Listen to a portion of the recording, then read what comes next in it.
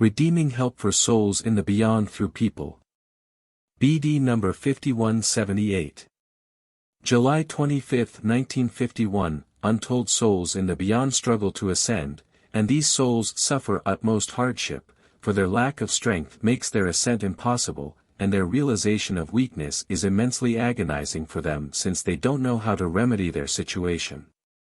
This very lack of knowledge is their calamity, since due to the law of eternity they may only be given what they want, and they receive in accordance with their will.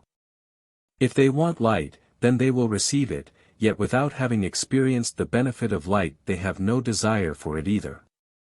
Their agony rests in the fact that they are in a constant state of suffering and no longer able to muster the will to change it, if they don't use their will to revolt against God and their fate and cruelly rampage through their environment. These souls are already in a state of hell, because they are constantly goaded by the forces of hell, and their change and endeavor to ascend still requires an incredibly long time. Even the souls which have lapsed into lethargy could equally have to endure their painful fate for an extremely long time unless they receive help from one side, since due to their weak will they are unable to help themselves. And this help can only be given to them by beings whose love wants to release them from the darkness. By people on earth or by beings in the beyond who are either already enlightened or just possess a slightly higher degree of knowledge which enables them to help. Thus countless souls experience this hardship, and people should take pity on them. But especially people will rarely help those souls, because people no longer believe in the soul's continuation of life after death.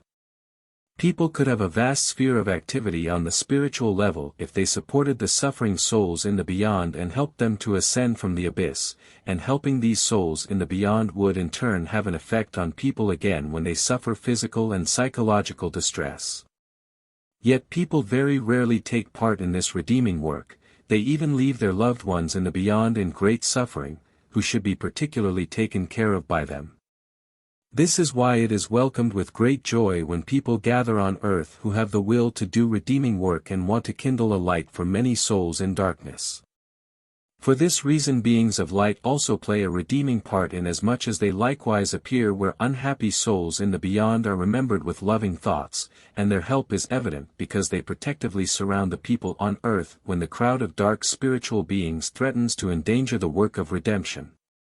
The souls in the beyond as well as the people on earth have their guardian angels who, depending on the will of the former, will intervene when danger is imminent. And the enemy will always lurk where people want to do redeeming work and try to confuse those who should offer enlightenment to the souls in darkness.